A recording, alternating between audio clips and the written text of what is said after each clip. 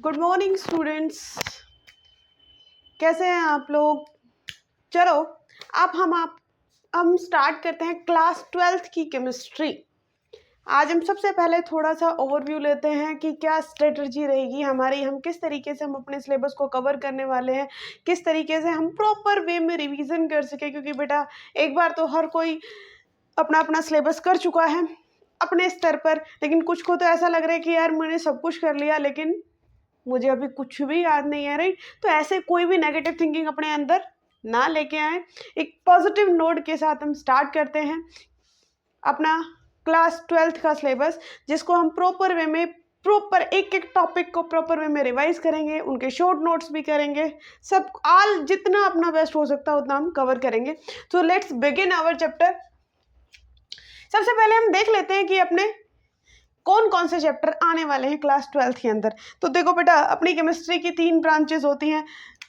पहली है बेटा फिजिकल केमिस्ट्री। फिजिकल केमिस्ट्री के अपने 3 चैप्टर आने वाले हैं, एक सॉल्यूशन, एक इलेक्ट्रोकेमिस्ट्री, एक केमिकल काइनेटिक्स। देखो बेटा, सॉल्यूशन का हमारा सीधा क्लास 11th के मोल कॉन्सेप्ट से रिलेशन है। यूं लगा लो कि मोल कॉन्सेप्ट का ही नेक्स्ट पार्ट है हमारा सॉल्यूशन। राइट, इलेक्ट्रोकेमिस्ट्री का 2 चीज़ों से मिक्सचर है, एक मोल कॉन्सेप्ट प्लस एक हम क्लास 11th के अंदर पढ़ के आए थे रेडॉक्स रिएक्शन। इन चैप्टर्स का कुछ बेसिक यहाँ पे यूज होता है, लेकिन कोई बात नहीं, अगर मान लो 1% तुम्हारी 11th तैयार नहीं है तो जो जो बेसिक टॉपिक्स हमारे सिलेबस में आएंगे उनको आई विल एक्सप्लेन। ओके, नेक्स्ट है अपना केमिकल काइनेटिक्स। बेटा केमिकल काइनेटिक्स इनडायरेक्टली अपन क्लास 11th के अंदर चैप्टर पढ़ के आए थे, कौन सा बेटा, इक्विलिब्रियम। राइट, सबसे पहले थर्मोडायनेमिक्स आता है, फिर इक्विलिब्रियम आता है, इक्विलिब्रियम का ही नेक्स्ट पार्ट कौन सा है हमारा, केमिकल काइनेटिक्स। तो इनडायरेक्टली इसमें अगर हमें थोड़ा बहुत बेसिक चाहिएगा तो वो इक्विलिब्रियम चैप्टर का बेसिक चाहिएगा एंड नथिंग एल्स। राइट, मैं पहले ही बता चुकी हूँ, अगर थोड़ा बहुत बेसिक कॉन्सेप्ट कहीं यूज होगा तो मैं उसको प्रॉपर वे में एक्सप्लेन करूंगी। ये बिल्कुल ना सोचें कि मैंने 11th में नहीं पढ़ा तो मैं 12th में भी नहीं कर पाऊंगा, ऐसा कुछ भी नहीं है। अगर आप लोग अभी तक नहीं जागे हैं, अभी भी जाग जाओ तो बहुत है। राइट, तो बेटा उसके बाद हमारा सबसे पहले हमारा फिजिकल केमिस्ट्री का हो गया, सॉल्यूशन है, इलेक्ट्रोकेमिस्ट्री और केमिकल काइनेटिक्स है। वहीं अब अगर हम बात करें इनऑर्गेनिक केमिस्ट्री की, तो इनऑर्गेनिक केमिस्ट्री में हमारे 2 चैप्टर हैं, coordination compound and D and F block elements.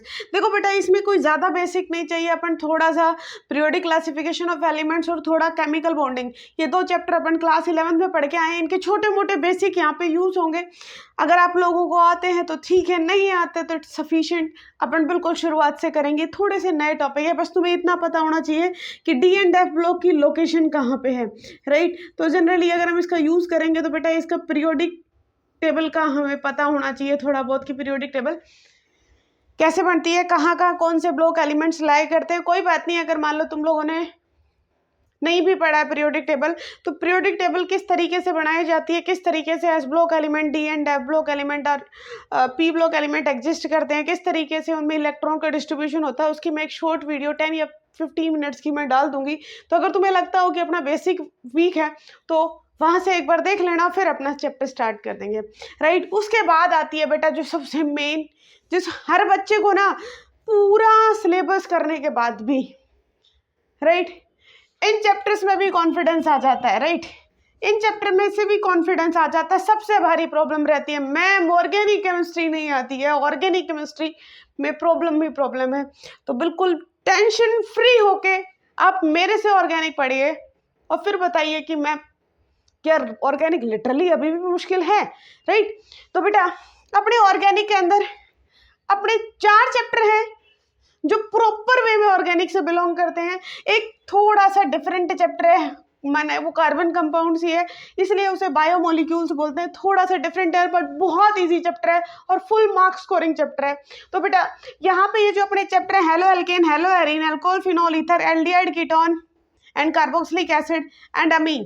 देखो बेटा इसमें हमारे 11th का बेसिक कुछ जो यूज में आता है वो मेन यूज में आता है बेटा IPSC naming of organic compounds, या फिर थोड़ा बहुत common naming of organic compounds. और वहाँ हम 4 तरह के इफेक्ट्स पढ़ते हैं, ऑर्गेनिक के अंदर, तो 4 इफेक्ट्स कौन कौन से, उनका थोड़ा बहुत इफेक्ट काम आएगा, नहीं आएगा कोई बात नहीं। अगर अपने टॉपिक में कहीं बीच में इससे रिलेटेड कुछ आता है तो I will explain you. So let's start our first chapter. अच्छा, तुम्हारे दिमाग में आ रहा होगा मैम आप किस तरीके से हमारा सिलेबस कवर करोगे, अब टाइम भी हमारे पास कम बचा है, ऑब्वियसली 2 मंथ ही बचे हैं कंप्लीट, इसमें तुम्हारे प्रैक्टिकल्स वगैरह भी आ जाएंगे। तो बेटा देखो सुनो, मैं पूरे सिलेबस को प्रॉपर वे में तुम्हें ढंग से पढ़ाऊंगी, राइट। पहले हम देंगे लगभग 1-1 घंटे की complete video related to complete chapter, right. और सबसे पहले मैं स्टार्ट करने वाली हूँ बेटा ऑर्गेनिक केमिस्ट्री, क्योंकि सबसे भारी प्रॉब्लम ही बच्चों को कहाँ रहती है भाई, फिजिकल भी हम ढंग से तैयार कर लेंगे, राइट मैम, हमारी इनऑर्गेनिक भी तैयार हो जाती है, लेकिन ऑर्गेनिक में हम चाहे कितना ही याद कर लें मैम, ऐसा लगता है जैसे नेम रिएक्शंस तो हमने कभी पढ़ी ही नहीं है, हमारे दिमाग से एकदम आउट है, बहुत सारी नेम रिएक्शंस हो गई हैं। तो उसकी भी तुम टेंशन ना लो, हर एक नेम रिएक्शन चैप्टर वाइज जितनी भी नेम रिएक्शंस आएगी पॉसिबल जितना हो सके मैं उन सब की शॉर्ट ट्रिक तुम्हें in the form of video I will provide you, कि भाई जैसे लाइक अपने हेलो एल्केन हेलो एरीन में जितनी भी रिएक्शंस आएंगी नेम रिएक्शंस, सारी नेम रिएक्शंस को मैं एक 10 या 15 मिनट की कंप्लीट वीडियो में कंपाइल करूंगी, और उनको जहाँ जिस तरीके से जिस रिएक्शन की शॉर्ट फॉर्म तैयार हो पाती है, या फिर मैं बोलूँ उसको याद करने का जो बेस्ट तरीका हम प्रोवाइड करवा पाते हैं, वो मैं तुम्हें प्रोवाइड करवाऊंगी। ओके बेटा, तो चलो स्टार्ट करते हैं हम अपना फर्स्ट चैप्टर, किसका, ऑर्गेनिक का, कौन सा बेटा, halo alkane and hello arene.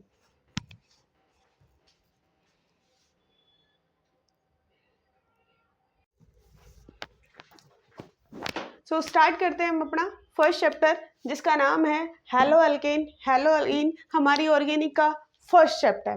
तो सबसे पहले बात आती है कि मैम हेलो एल्केन होता क्या है, या फिर हेलो एरीन होता क्या है। बेटा किसी भी नॉर्मल एल्केन या किसी एल्कीन या एल्काइन में से, एल्केन एल्कीन एल्काइन में से हाइड्रोजन को बाहर निकाल दो और कोई एक्स ग्रुप यानी कि क्लोरीन, ब्रोमीन या फिर आयोडीन ऐड कर दो, तो हमारा क्या बन जाता है बेटा, हेलो एल्केन। जैसे इसका सिंपल सा हम एग्जांपल अगर हम लेते हैं तो इसका एग्जांपल है, मान लो मैंने लिया मीथेन, क्या लिया मैंने बेटा, मीथेन। अगर मीथेन में से मैं एक हाइड्रोजन बाहर निकाल दूं और इसकी जगह एक क्लोरीन लगा दूं, मीथेन में से एक हाइड्रोजन बाहर निकाल दूं और एक क्लोरीन, यानी कि क्लोरीन हमारा क्या है, हेलोजन एटम है, तो अगर क्लोरीन को लगा दूं तो मेरा क्या बनेगा, CH3Cl।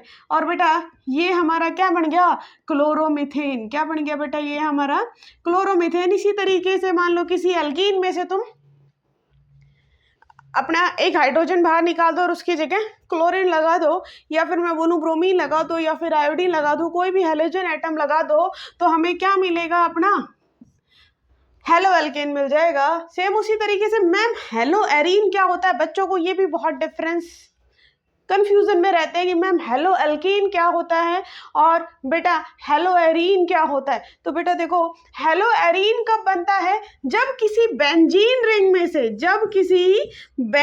रिंग में से एक हाइड्रोजन बाहर निकाल दो और उसकी जगह कोई एक्स ग्रुप लगा दो, कोई हेलोजन ग्रुप लगा दो, तो हमें क्या मिल जाएगा बेटा, हेलो एरीन मिल जाएगा। क्या मिल जाएगा बेटा, हेलो एरीन मिल जाएगा, राइट। ये हमारा क्या कहलाता है बेटा, हेलो एरीन कहलाता है। क्या कहलाता है, हेलो एरीन कहलाता है, ठीक है। वैसे इसका नाम क्या रहेगा, क्लोरोबेंजीन। क्या नाम रहेगा बेटा, क्लोरोबेंजीन।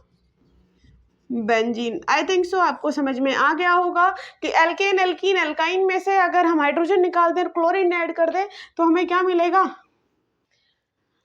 हेलो एल्केन या हेलो एल्केन मिलेगा, राइट। उसी तरीके से अगर किसी बेंजीन रिंग में से हाइड्रोजन बाहर निकाल दें और कोई हेलोजन ग्रुप ऐड कर दे तो हमें क्या मिल जाएगा, हेलो एरीन यानी कि क्लोरोबेंजीन, राइट। तो अब सबसे पहला टॉपिक आता है वो आता है कि मैम इसकी क्लासिफिकेशन हम मेनली 3 बेसिस पे करते हैं। हेलो एल्केन हेलो एरीन की क्लासिफिकेशन हम मेनली 3 बेसिस पे करते हैं। सबसे पहला जो बेस रहता है वो रहता है कि मैम हमारा जो हेलो एल्केन या हेलो एल्केन है उसमें हमने कितने number of halogen atom attach कर रखे हैं। अगर हमने एक हेलोजन एटम अटैच कर रखा है तो नाम आएगा मोनोहेलाइड। अगर 1 हेलोजन एटम है, कितना 1 हेलोजन एटम है तो बेटा उसका नाम रहेगा मोनोहेलाइड। क्या नाम रहेगा बेटा उसका? मोनोहेलाइड। अगर 2 हेलोजन एटम अटैच कर रखे हैं, कितने बेटा? 2 हेलोजन एटम, तो बेटा उसको बोलते हैं डाईहेलाइड। क्या बोलते हैं बेटा? डाईहेलाइड। और तीसरा, अगर 3 हेलोजन एटम अटैच कर रखे हैं, कितने बेटा? 3 हेलोजन एटम, तो हमारा कहलाएगा बेटा ट्राईहेलाइड। ट्राईहेलाइड का एग्जांपल हमारे पास है क्लोरोफॉर्म, आइडोफॉर्म, राइट? ये इसी के एग्जांपल है। तो उसमें सबसे पहले हम बात करते हैं किसके ऊपर? मोनोहेलाइड के में। अगर हम बात करें मोनोहेलाइड की, मोनो मतलब एक, यानी कि obviously 1 halide group, 1 halide group, यानी कि इसकी सिंपल सी डेफिनेशन हम क्या दे सकते हैं? If 1 halogen atom is attached to hydrocarbon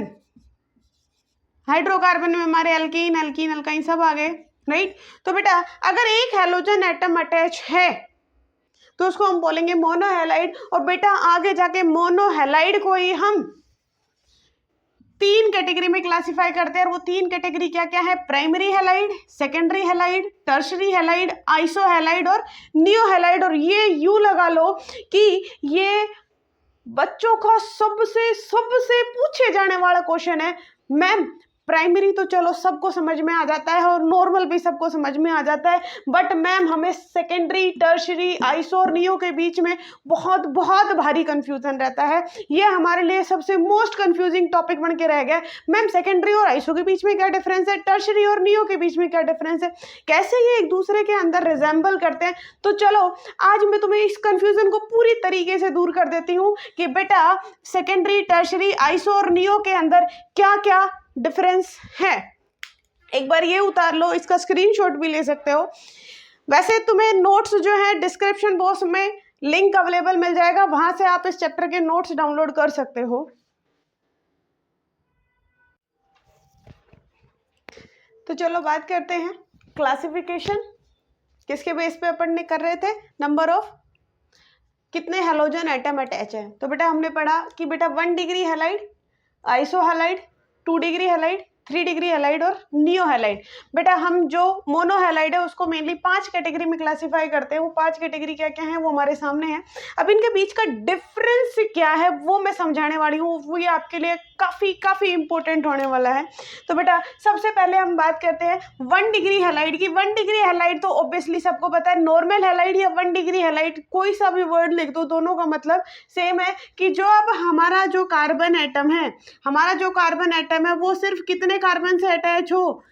1 carbon से अटैच हो। कितने कार्बन से अटैच हो? सिर्फ और सिर्फ 1 कार्बन से अटैच हो, तो उसको बोलते हैं 1 डिग्री। अच्छा मैम आपने क्लोरोमीथेन क्यों नहीं लिखा? तो बेटा देखो सुनो, अगर हम हेलो एल्केन की कॉमन नेमिंग लिखने जाएं, कॉमन नेमिंग, तो बेटा कॉमन नेमिंग के अंदर हम इनका नाम लिखते हैं एल्काइल हेलाइड। क्या नाम लिखते हैं बेटा? Alkyl halide. वहीं अगर आईपीएसी नेम लिखने जाते हैं तो फिर उसमें सबसे पहले हम हेलोजन एटम लिखते हैं और फिर बाद में हमारा कौन सा हाइड्रोकार्बन है वो लिखते हैं। लेकिन ये जो हम नाम लिख रहे हैं ये हमारा किसके अकॉर्डिंग है? कॉमन नेमिंग के अकॉर्डिंग है, राइट? बट सबसे मेन कंफ्यूजिंग मैम इन चारों में रहता है। कैसे समझे? आइसो कैसे कौन सा होता है, सेकेंडरी हेलाइड कौन सा होता है, टर्शरी हेलाइड कौन सा होता है और नियो हेलाइड कौन सा होता है। और बेटा एक बात और, यहाँ पे हमें आइसो, सेकेंडरी, टर्शरी और नियो के बारे में पता चल जाएगा। बेटा ये हमारे हर चैप्टर में काम आने वाले हैं। बेटा यहाँ पे हमारा हेलाइड के लिए पढ़ रहे हैं, आगे जाके हम अल्कोहल के लिए भी सेम ये चीज पढ़ेंगे ma'am. 1 degree alcohol, 2 degree alcohol, 3 degree alcohol, iso alcohol और नियो अल्कोहल। मैम इनमें क्या डिफरेंस है? तो ये चीज़ बड़ी बार बार रिपीट होने वाली है, तो इसको अभी बहुत ढंग से समझ लो, बहुत ढंग से, कि इन चारों में क्या क्या डिफरेंस होता है। मैम सेकेंडरी और आइसो तो बिल्कुल सेम सेम नजर आते हैं, बिल्कुल बात सही है। तो बेटा अभी तक हम जो हम अभी तक डेफिनेशन पढ़ते आए हैं वो किसकी बेटा? आइसो की और सेकेंडरी की, दोनों की सेम सेम पढ़ते आए हैं। क्या मैम हमारे सेकंड लास्ट कार्बन के ऊपर कितने मिथाइल ग्रुप अटैच हो? 2। कितने? 2, राइट। तो हम क्या बोलते हैं? उसे आइसोहेलाइड बोलते हैं। क्या बोलते हैं? आइसोहेलाइड बोलते हैं। लेकिन बेटा बिल्कुल सही है, आइसोहेलाइड बोलते हैं अगर हमारे सेकंड लास्ट कार्बन के ऊपर 2 मिथाइल ग्रुप अटैच हैं, तो बिल्कुल बात सही है, उसे आइसोहेलाइड बोलते हैं। और बेटा अगर हमारे सेकंड लास्ट कार्बन के ऊपर 2 मिथाइल ग्रुप अटैच हैं तो उसे सेकेंडरी हेलाइड भी बोलते हैं। लेकिन मैम आइसो और सेकेंडरी में डिफरेंस क्या है बेटा? डिफरेंस ये है, तुम्हें साफ दिख रहा होगा, अगर सेकंड लास्ट कार्बन पे बिल्कुल सही है 2 मिथाइल ग्रुप अटैच है, लेकिन अगर हमारा हेलोजन एटम भी इसी सेकंड लास्ट कार्बन एटम पे अटैच हो, अगर हमारा हेलोजन एटम भी सेकंड लास्ट कार्बन पे ही अटैच हो, तो बेटा वो केस हो जाता है किसका? सेकेंडरी हेलाइड का।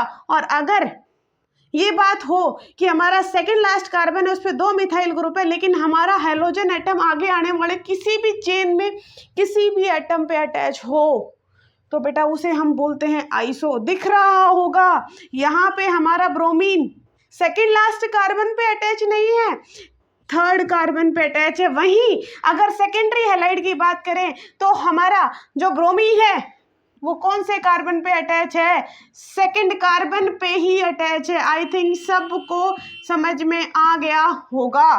क्या अगर हमारा halogen atom second last carbon पे ही अटैच है तो वो केस रहेगा सेकेंडरी का, और अगर हमारा हेलोजन एटम आगे किसी एटम पे किसी कार्बन से अटैच है तो बेटा वो केस रहेगा हमारा आइसोहेलाइड का। किसका केस रहेगा बेटा? आइसोहेलाइड का।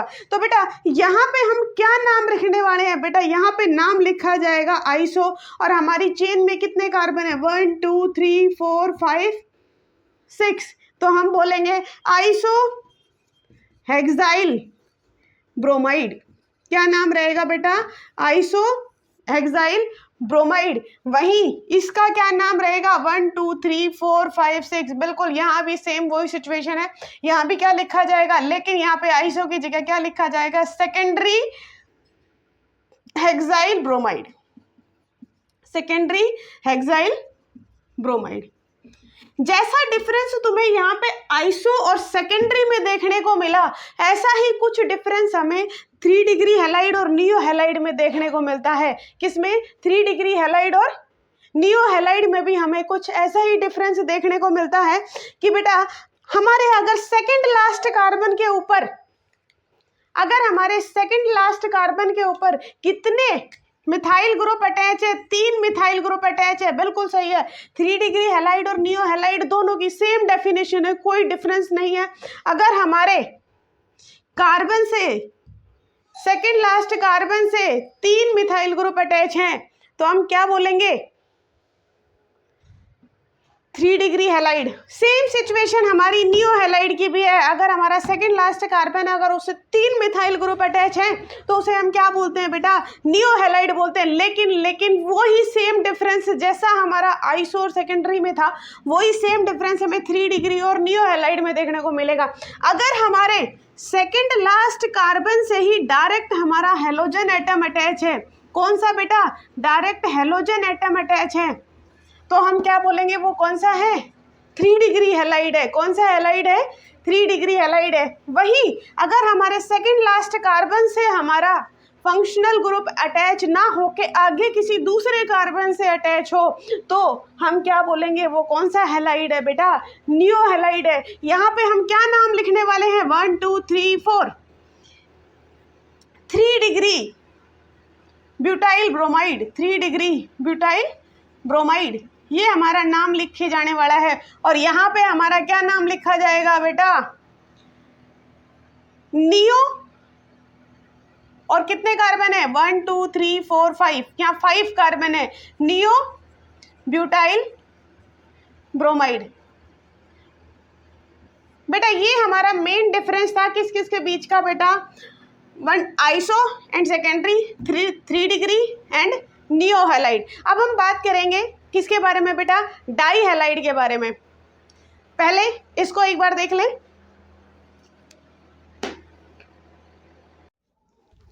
अब हम बात करते हैं डाई हैलाइड की। मोनो हैलाइड में हमने देखा कि हमने कितने हैलोजन एटम अटैच किए थे, 1। अब अगर हम बात करें डाई हैलाइड की तो बेटा यहाँ पे हम कितने हैलोजन एटम अटैच करेंगे, 2। कितने हैलोजन एटम अटैच करेंगे, 2। लेकिन यहाँ पे भी हम डाई हैलाइड को आगे जाके 2 कैटेगरी में क्लासिफाई करते हैं, और वो 2 कैटेगरी कौन कौन सी है, एक है विस डाई हैलाइड और एक है जेम डाई हैलाइड। बेटा अगर हम विस डाई हैलाइड की बात करें तो बेटा यहाँ पे 1,2 की कॉन्फ़िगरेशन होती है, या फिर 2,3 की कॉन्फ़िगरेशन होती है, या फिर 4,4 की कॉन्फ़िगरेशन होती है। कैसे ये कॉन्फ़िगरेशन डिनोट कर रही है अभी बताती हूँ। उसी तरीके से जेम में 1,1 2,2 3,3 एटसेट्रा। देखो बेटा यहाँ पे ये कॉन्फ़िगरेशन इसलिए लिख रखी है कि यहाँ पे हमें ये तो पता है कि हमारे अल्काइल हैलाइड में कितने number of halogen atom attach होंगे, 2। लेकिन उसके ऊपर हमारे सामने 2 पॉसिबिलिटी हैं, क्या, कि वो 2 हैलोजन एटम 2 डिफरेंट कार्बन से अटैच हो, या फिर वो 2 हैलोजन एटम किसी सेम कार्बन से अटैच हो। सपोज ये हमारे पास केस है CH3CH और एक Cl हमने यहाँ लगा दिया और एक Cl हमने यहाँ लगा दिया, यानी कि हमने एक ही कार्बन से 2 Cl अटैच कर दिया और यहाँ हमने लिख दिया बेटा CH3। तो हमने देखा कि एक सिंगल ही कार्बन है, लेकिन इसी एक कार्बन के ऊपर हमारे कितने क्लोरीन अटैच हैं, 2 क्लोरीन अटैच हैं, और शायद हम इसका नाम लिखते हैं 2,2 डाइक्लोरोप्रोपेन, राइट। इसका नाम क्या रहेगा, 2,2 डाइक्लोरोप्रोपेन। वही सेम कुछ इसी तरह का, लेकिन मैम यहाँ 1,2 2,3 और 3,4 क्यों लिखा है, यहाँ इसलिए है कि 2 डिफरेंट कार्बन चाहिए। कितने, 2। अगर हमारे हैलोजन एटम किससे अटैच है, 2 डिफरेंट कार्बन अटैच है। मान लो मैंने एक हैलोजन एटम इस कार्बन से अटैच कर दिया और एक हैलोजन एटम मैंने इस कार्बन से अटैच कर दिया, और ये हमारी कुछ सिचुएशन हमारे सामने आ गई है। हमारे जो क्लोरीन है वो कौन कौन से कार्बन अटैच है, 1 2 और 3, यानी कि यहाँ पे हम क्या लिखेंगे, 1,2 डाई क्लोरोप्रोपेन। शायद तुम्हें दिख रहा होगा यहाँ सेम कॉन्फ़िगरेशन है। मान लो ये सेकंड कार्बन की जगह थर्ड कार्बन से भी अटैच हो सकता था, फोर्थ कार्बन से भी होता था, लेकिन अगर दोनों हैलोजन एटम सेम कार्बन से अटैच हैं तो वो कॉन्फ़िगरेशन होती है बेटा जेम की। और अगर दोनों carbon atom different halogen carbon atom, दोनों हैलोजन एटम डिफरेंट कार्बन से अटैच है, तो बेटा वो केस होता है हमारा किसका, विस डाई हैलाइड का। किसका केस होता है बेटा, विस डाई हैलाइड का। उसके बाद आता है बेटा ट्राई हैलाइड। ट्राई हैलाइड में क्या आता है बेटा, हमारे कितने हैलोजन एटम्स रहेंगे, नंबर ऑफ हैलोजन एटम कितने रहेंगे, ऑब्वियसली बेटा 3। और बेटा जो ये 3 का केस रहेगा, इसमें हम क्या क्या एग्जाम्पल ले सकते हैं, आई थिंक CCl3, इसको बोलते हैं हम बेटा क्लोरोफॉर्म। ये क्लोरोफॉर्म बेहोश करने में भी काम में आती है। जब हम बेहोशी का इंजेक्शन देते हैं, जब कोई ऑपरेट करते हैं, तो हमें जिस पार्ट में हमें ऑपरेट करना है तो उसको सुन करने के लिए हम ये इंजेक्शन देते हैं, राइट। तो उसमें क्लोरोफॉर्म का यूज होता है, क्लोरोफॉर्म। वहीं CI3 ये कहलाता है बेटा आइडोफॉर्म। ये थे हमारे 3 क्लासिफिकेशन, किसके बेस पे, कि भाई मैंने कितने हैलोजन एटम अटैच किए हैं, किससे, हमारे हेलो एल्केन हेलो एरीन से।